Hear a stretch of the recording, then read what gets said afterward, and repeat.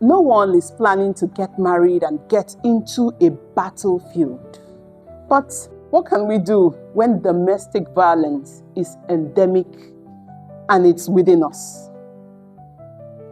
Domestic violence has been recorded in all parts of the world, and it cuts across culture, race, age, educational background, and it's still there, and it's not leaving anytime soon, except we all start giving our voice to it.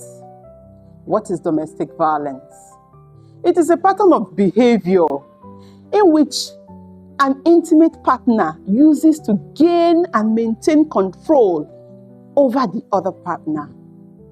This could come in form of sexual abuse, physical abuse, emotional abuse, financial or economic abuse, and other forms of abuse. They also take the forms of threatening, humiliation, shaming, threatening to kill himself or even kill you, or, any other form. And people every day suffer domestic abuse. Women, most especially. We're not ruling out the men who also suffer domestic abuse, but women and girls are the highest number of victims of domestic violence. The question is, why is it still on the rise? Why is it still happening despite the voice that people give to such things? Why are we still experiencing it? And why is it still thriving in our society? Well, there are certain reasons that I think enables domestic abuse. From the paying of bride price, that is when you go marry a woman and you pay her bride price, which is supposed to be a symbol of value, a symbol of knowing what you went and got to your house, who you brought to your house. It's a symbol of bond between the man's family, and the woman's family. Most times, this bride price is being objectified. It's seen as a way of transaction, like someone just bought something. And guess who is being bought? The woman. And you can't do anything in the house without hearing, I paid your bride price with my own money. This sometimes makes me wonder if we actually know what it means to pay the bride price. Also, the patriarchy system, which men are at the helm of affairs. Of course, there should be someone at the top.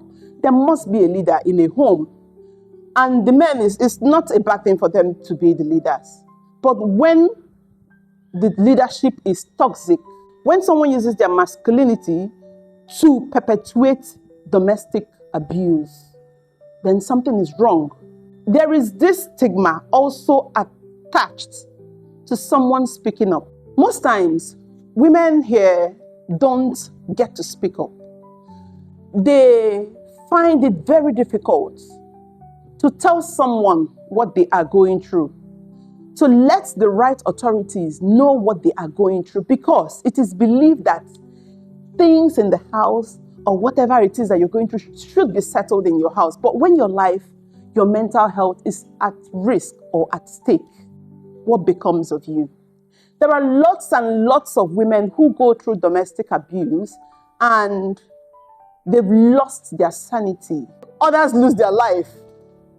And don't you think stigmatizing people who finally speak up is a problem? Women too are the ones enforcing most of these stigmatization, because they're the ones that would say, stick to your husband, stay in your home, endure it, and then with time you will outgrow it. With time.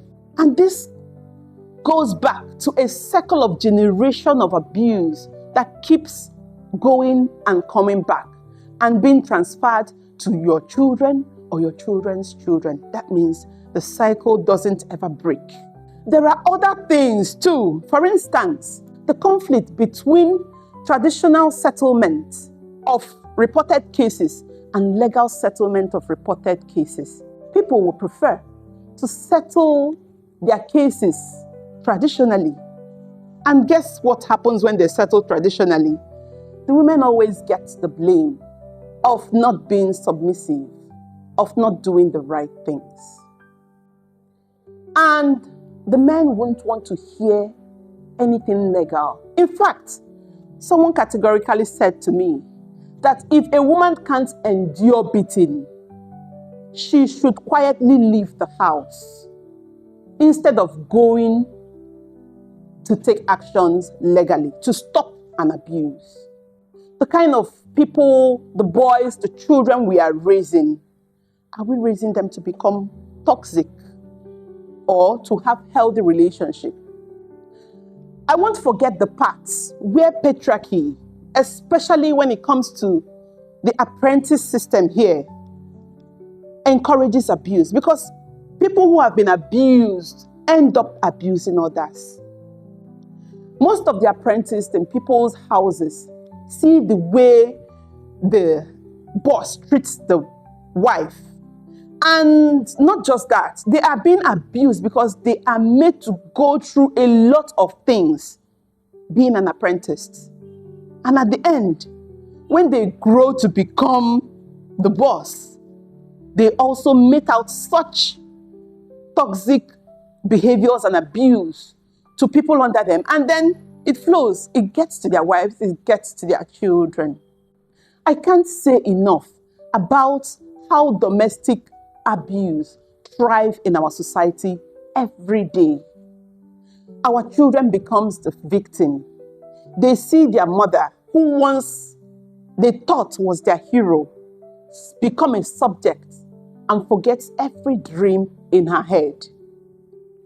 My point to all this is that I am for humanity. Everyone deserves a right to live that beautiful dream in their head. No one deserves to be abused, be it a man or a woman. And so, if all of us speak up, join our voices, and say no to abuse, because abuse thrives in silence. Evil thrives in secrecy. If you raise your voice, raise your hand, let people know this is what you're passing through and you want it to stop. Believe me, there are people who will run coming to you to help you out.